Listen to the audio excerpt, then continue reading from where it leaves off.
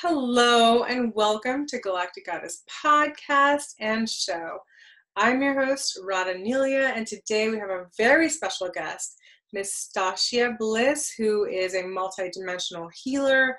She is a co-author in Awakening Starseeds. Welcome.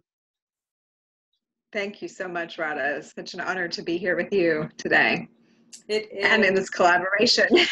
So exciting. Yes, it's so exciting. We had like a group call and everybody came forward and we all shared our intentions, and it is amazing the power of community and how when we come together and share our truth, our heart, our intentions, the energy just amplifies 100-fold.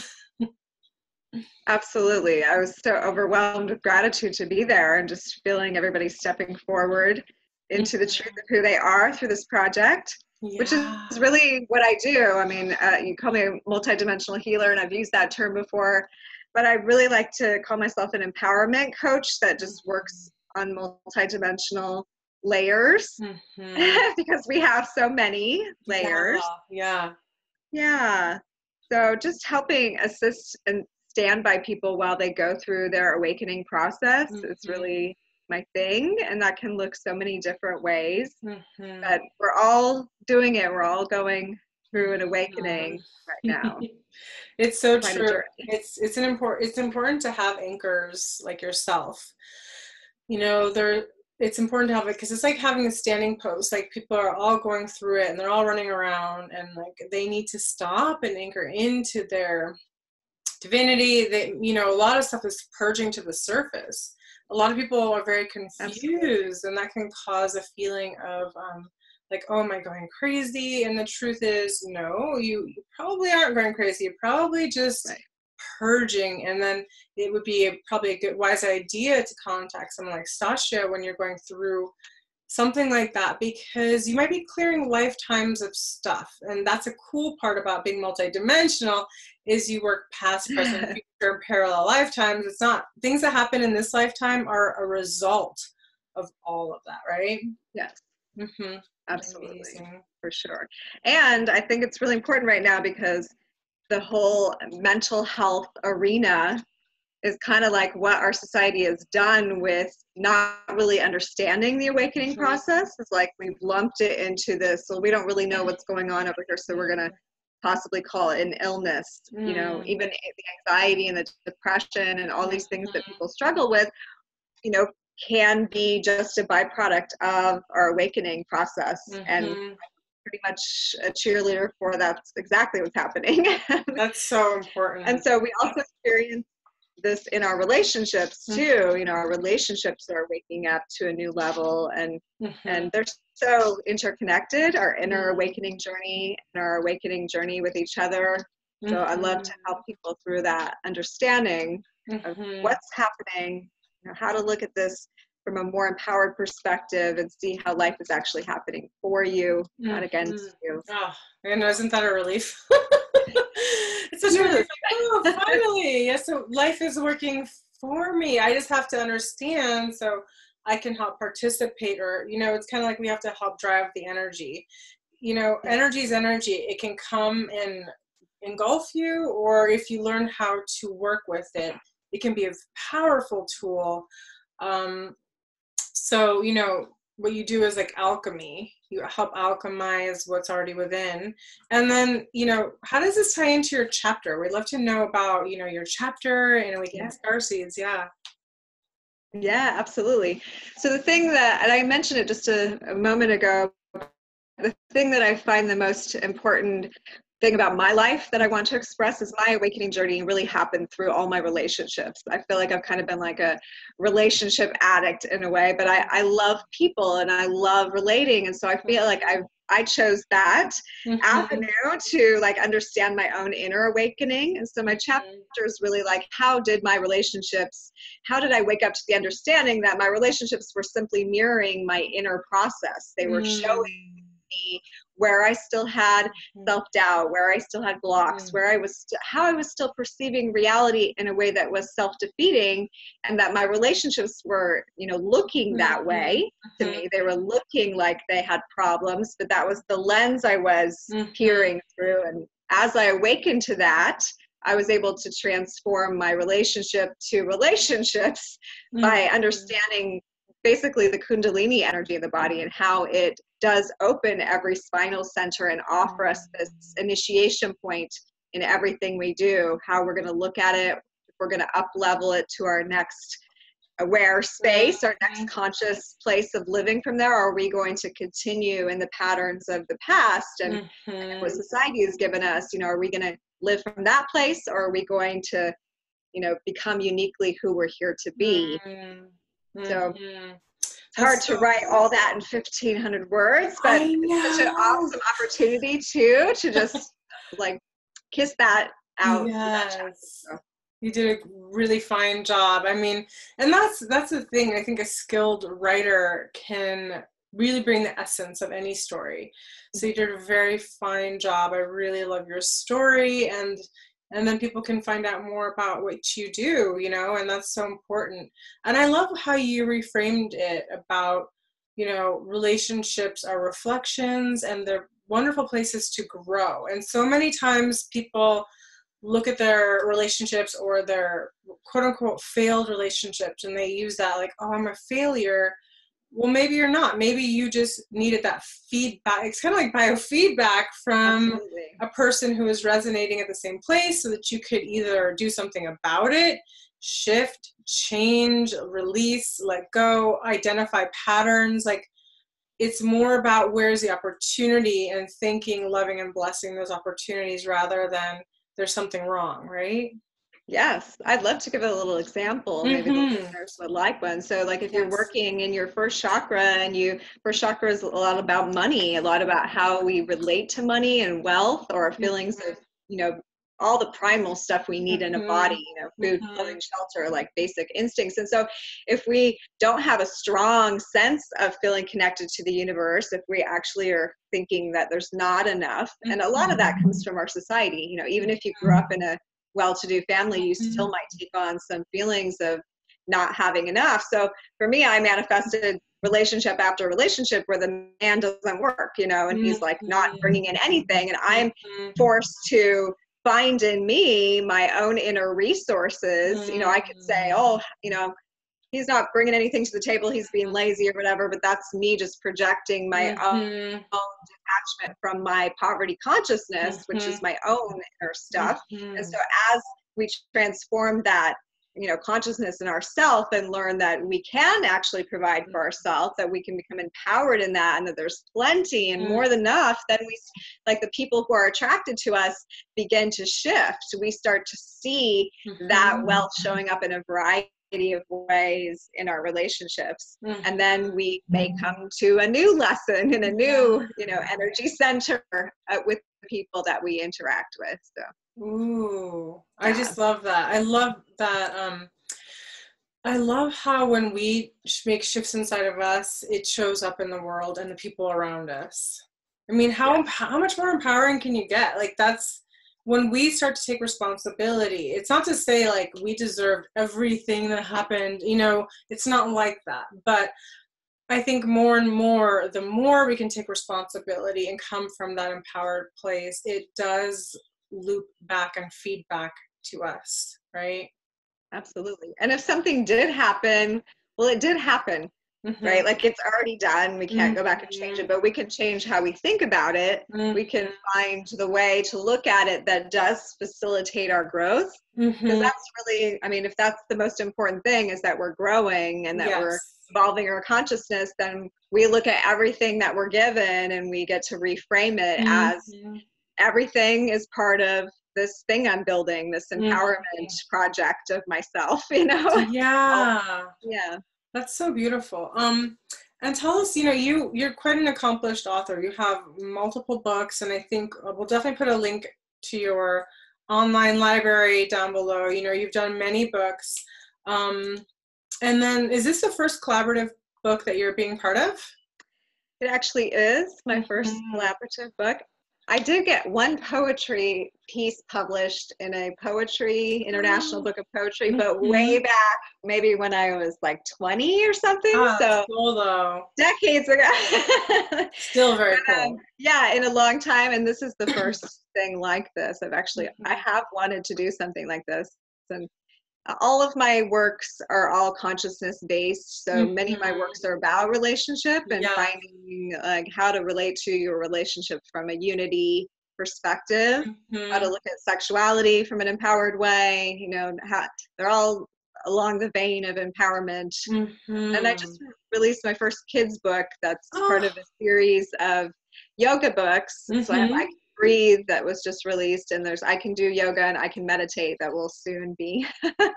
So congratulations. Kids zone too. I love that so much. I think, you know, I think that's so exciting. I love poetry. You're a very incredible writer. I've always loved your writing. You have a great way of expressing yourself. And for a writer, it can be, I just wrote my book too, my memoir type book, and it can be pretty lonely if you're just doing it alone. You know, it's a very isolating journey. And I was just curious, how is this collaborative experience different than writing alone, per se? It's like a piece of cake suddenly. I feel like you're right. Like writing by yourself, you have to be so self-motivated and just like kicking yourself over and over, like get back to writing. And now what am I going to do with it? Like I mean, I haven't done honestly that great of a job of marketing my own stuff because I'm very much in the writing. So suddenly like in this experience, I'm just feeling like the whole thing is just floating, you know, I just felt like my piece just came right out, and like the group and the intention and the magic is just so palpable and so beautiful. It's the most glorious book writing journey I've ever had. I'm really grateful. I'm so honored to have your voice, because you're an amazing writer. You guys have to check out her books. I'll definitely post her link below so you can check them out. She has a amazing way of seeing the world. I guess it's because of your multidimensional abilities that you know, and what you said about reframing things. Like we have to reframe things so that they're empowering. And I think that so much of it, a lot of people get locked in one viewpoint, and then that sort of becomes a cage they live in. So how did you get to a place where you were able to, you know, see things at different perspectives, different angles? How did you open? Because, you know, this world can be very rigid. It's like, pick a side, right? Pick a side and stay there, and you better fight everything you have for that belief. How did you come out of that binding? Yeah. Well, it's definitely been a journey. I mean, I grew up as a Mormon girl, so we had even stronger bindings than a lot of, you know, very like, you know, rigid, strict belief structure. And you know, that kept my sexual nature very repressed for a long time, you know, and I feel like I just reached a point in my journey where I suddenly saw what that life was going to be like with that one choice made. And it just kind of like went into infinity, like infinity mirrors in front of me one day. And I was like, oh wait, this is as far as I can go in this path. Like nothing more is revealing itself to me. And that was the moment that I decided that I needed to discover as much as I could about this reality. And I went from there and traveled a lot. I went to Asia and Southeast Asia, and that ignited my interest in yoga. So then I became a yoga instructor, and I started just, you know, delving into my inner realms, which is where this all ends up. It's like yoga is probably my first alchemical tool. It really does do alchemy in your body. The yoga, the uniting the yin and the yang, the ha of yoga is an inner alchemical process. So it then like led me to be curious in other Gnostic alchemical studies, Egyptian mythology and Tantra, and I got into Kundalini yoga, and then I also studied alchemy for a while with an alchemy teacher, and some ancient Lemurian alchemy as well, which was kind of a treat to discover. And just all the while, I just felt like it's just been a calibration process from duality to unity. It's like, and that actually is the process that's defined in all the mystery schools, is like the blending of the left and the right path, the blending of the light and the dark. And so there becomes a time, right, like in our process where we suddenly don't see them as separate anymore, and therefore our lens changes on the world, where we stop seeing things as empowering or disempowering, and we really just see it's all for me, it's all love, it's all one thing, you know, with various shades and textures. And I'm just so grateful to have that vision and feel like I can hold that now. It's taken me a long time where I feel like I can hold that, and now that's like my anchor, is just do see the one. Yeah, you know, I love that. That's really more and more where I'm coming from, is much more oneness. Like, you know, where our society is so much like, I need to win, you know, it's always a race in different various ways. And then, you know, it's such a relief and so much more relaxing to be like, we all win. Let us all win. When you win, I win, we can all win together. It's like when the earth becomes healthier, we all win. When we start to say no to pesticides, we all win.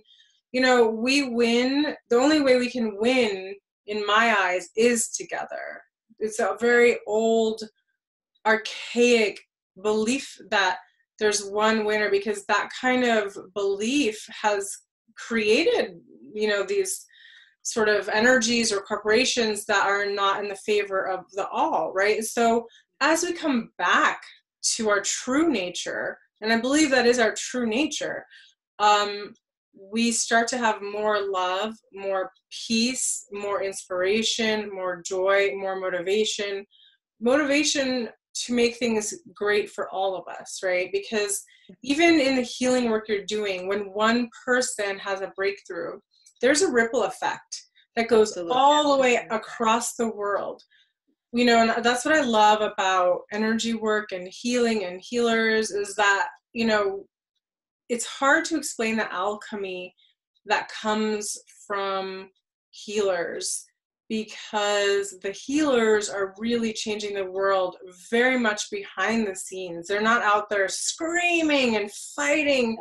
They're alchemizing is the word. They're the ultimate alchemists. They turn everything to gold with the work that they do. It doesn't matter if it's on a group of people or if it's with one person, one-to-one. Every step they take is creating like a oneness for all. And it's such a beautiful thing. So I honor you. I love healers and, you know, people that are taking a stand for everyone. And it doesn't mean you have to go out and do all these wild things or scream at people. You can do amazing work by honing in yourself first and alchemizing within. And when you alchemize within, you can help others alchemize within. And as each person alchemizes, this is a transformation of consciousness globally. Absolutely. It's because of everyone who has been doing their inner work that we're even at this phase of reality. Like reality is waking up now. So like the mass Kundalini Awakening is finally on, because enough people have been working on themselves and doing the alchemy inside that reached a critical mass. And now it's literally like the awakening of all people. So now we get to stand, and having done the work that we've done inside, can stand and assist others. And so I feel like it's kind of my job, if I know what the heck's going on, to stand and be like, this is what's up. It's okay. You're gonna make it. It doesn't have to be scary. You know, it might hurt a little bit. Yes, you'll probably fall on your face. Maybe everything will be destroyed, but hey, you're going to be okay. You're going to come out of this better, and like, you're going to love yourself even more, and you're going to have more friends and more connections and more amazing things than you have ever thought you could, you know. It's so beautiful, you know, and that, I think that's where the quantum leap comes from, because even in your incredible story, the leap from being in a very tied religious organization that really, you know, I mean, it's different, you know, everyone has a different opinion, but in many ways for a soul that's here to do a lot of collective work, those limiting beliefs really tie you down and sort of keep you small, keep you really small and bound. So how, if somebody's listening right now that may be trying to free themselves, like how do you make that quantum leap from that very controlled patriarchal place to, okay, I'm going to take that leap, and I'm afraid, This question gives me chills because it is the question. Mm-hmm. It's the question. And my answer, especially these days, is to first of all, fall in love with where you're at and all the yous that have brought you to this point, because that love is all that can release you. And when you can honor that this being bound also brought you to this now, and that it facilitated this moment where you can even notice that, that's actually the alchemy that will liberate you. And you'll make your own quantum leap just by adoring and appreciating that you're at this moment of wonder and asking the question. Like that is the alchemy. That's so beautiful. A lot of people do just want to like leave all that behind and be like, screw that past, like it was terrible or whatever. But in that's where we have to keep going back and doing the work, because we have to go back and see the beauty and the purpose and the reason for all that. So we can actually, absorb, and because that's part of us. It's part of the landscape of our consciousness. We can't negate it, right? Yeah, you so cannot. You can't spiritually bypass that. I love that. That's so beautiful and so important, because a lot of, and then you go to the other side where a lot of spiritual people are bypassing stuff like, oh, I'm not looking, I'm not, and I think one thing I really like about you is that I can really relate to is like the shadow work that you do and your willingness to go into those places with people. And I consider you very brave and very strong, because a lot of people are afraid, even healers. A lot of healers will not go to dark places, and you're like, wait a minute, I need to tell you some very dark things right now. And they're like, no, angels and light and love. And you're like, what in the, you know what I mean? Right. And that's just like, and so I've been a connoisseur of energy work for a very long time, because I'm very curious about how people do different things. And I've experienced your work, and it's awesome because you are willing to go to those darker places. And that's one thing I've always been like, about certain healers, because no offense, I love everyone, but just I think as a sort of a very important part of being a healer is not spiritually bypassing, being able to go to darkness and come back out, because really you're a guide. You're a guide to people who are in darkness. So if you're afraid of the dark, how in the world are you ever going to help anyone else get out of the dark? You have to know the dark inside out. And that's going to share where that initiation came for me, because India really gave me that initiation. I definitely faced some of the most atrocious to most human minds experiences there that were, and one that just kind of like epitomizes for me how I was able to sit with what I witnessed there, because it's funny because I love India so much. I feel like I must have lived there many lifetimes, and people often tell me that I remind them of that. And as soon as I touched down there, I was like, I'm home. I recognize this place. But the rawness of life is not hidden there. So the things that we do not let ourselves see in the Western world, and we keep behind closed doors, including garbage or sick people or dying people or all the things, pee and poo and all the stuff, all of it is right there, right? Like right in your face. And it's either get comfortable with all this stuff, or you'll never make it here. Like you'll go home screaming or whatever. And so my journey there was having come from a very sanitized upbringing, where it was like the ultimate culture shock to everything in me. The day that I went to the burning ghats in Varanasi where they cremate bodies right on the Ganga River, on the Ganges River. And I went where no white woman was supposed to go. And I just sat over the burning ghats and breathed in this, they burn, of course, cedar and sandalwood, but I was like, I need to sit with this to the extreme. And I just spent like the afternoon there feeling, and I could really feel like the death gate that's there. People go there to escape the cycle of reincarnation. They go there to die and let that be their last time that they're recycled. They want like samadhi, they want liberation, moksha, right? We all have this feeling even in our present moment, like we want to be released from the cycle of suffering. Take me off this wheel of karma. Right? But the only way to do that is to sit face to face with death and not be afraid of it, right? Like be able to take it into you and realize it's actually part of you. And like breathing in that moment, being like, I'm breathing dead people right now. Like I'm having a Shiva moment. And that's where I decided I must be like in a gory tantra, I was like, because nothing like beyond that, it's like, there's nothing that's not sacred in this world. And so like even those places where we are fearing to tread, the sacred is there. And so some of us have to be willing to walk into them and be like, see, the sacred is in here. It's in this dark cavern. Like, I'll show you. And maybe sacred is only there because we walk there. Maybe our consciousness looking at it allows it to be infused. And for me, that's enough. Like for me, I'm like, if that feels like it's my job, I'm just going to crawl in the crevices and just bring love there. Like to me, that just feels like that's so holy. Someone's got to do it. And it feels like a lovely thing to do. That's incredible. That's definitely something I would love to do. I've always wanted to go to the Ganges River.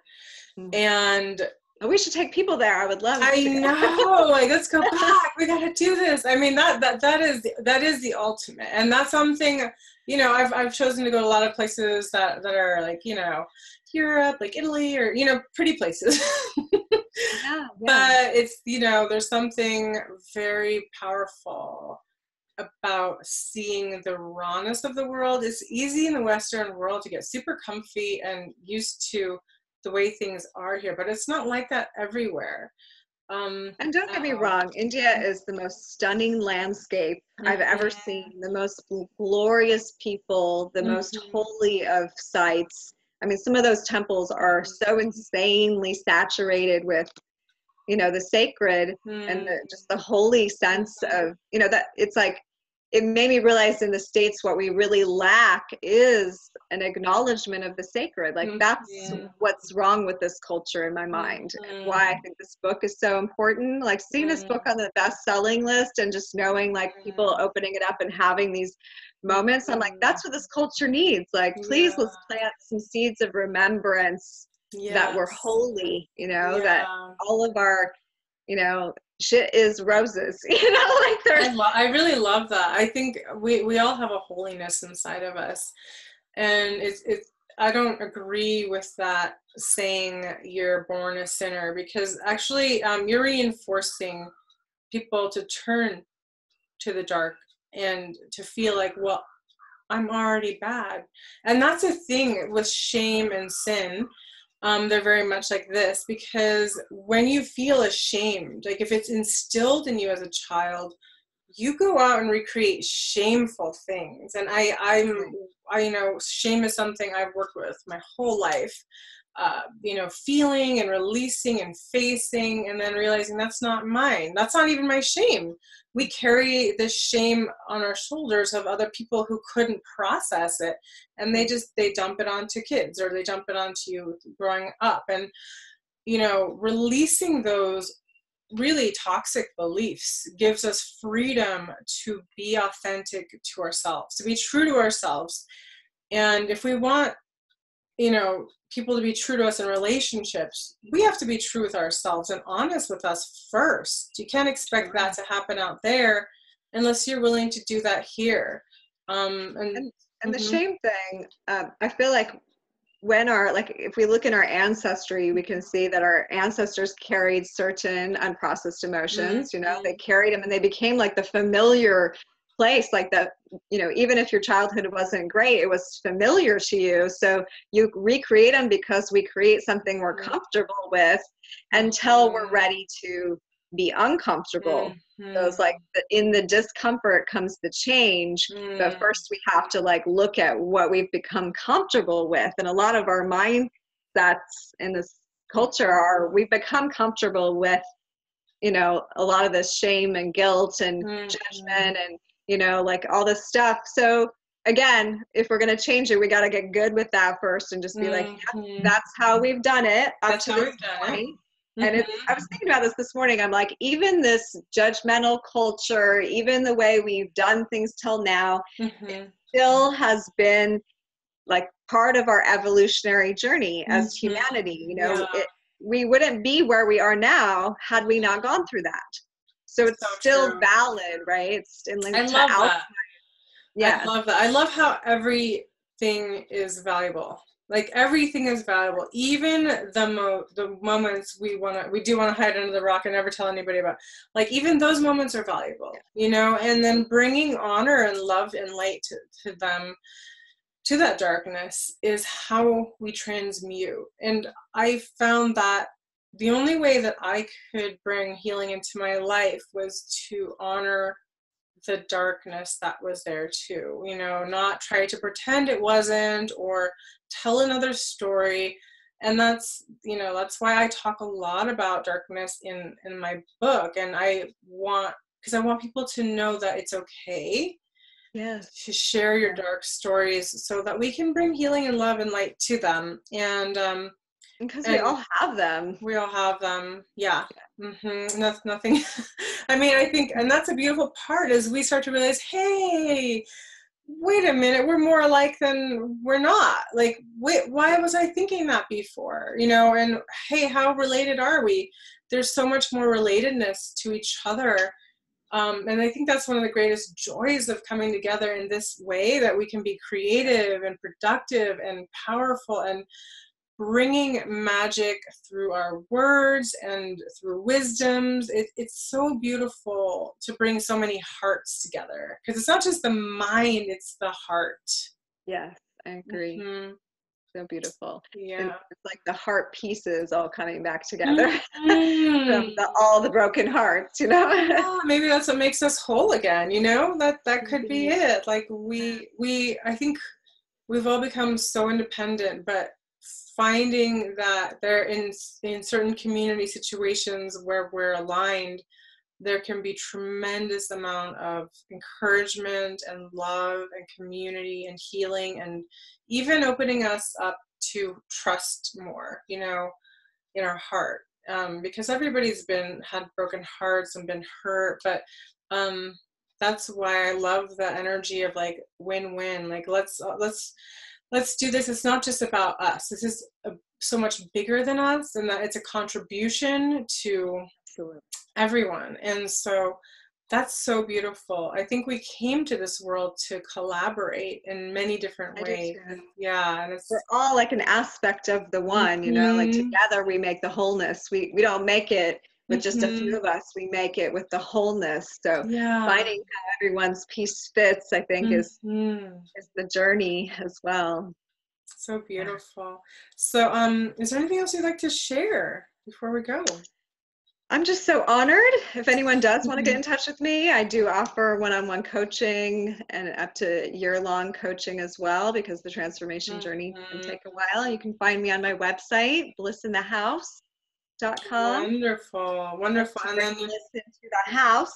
But I love that, Bliss. Yeah, because your last name is Bliss, and you're bringing bliss into the house. And I'll put all of your information below so people can contact you. Stasia is an amazing healer, and hopefully we get to collab in some you know, healing events in California this summer. So we'll see. Totally. I'm so honored. Thank you so much. Thank you. Loved having you, your presence, everything you stand for, just so beautiful. And I can't wait to share your chapter and everyone's chapter with the world very soon. So thank you for entrusting us and being part of Awakening Starseeds and beyond. Until next time, much love. Much love.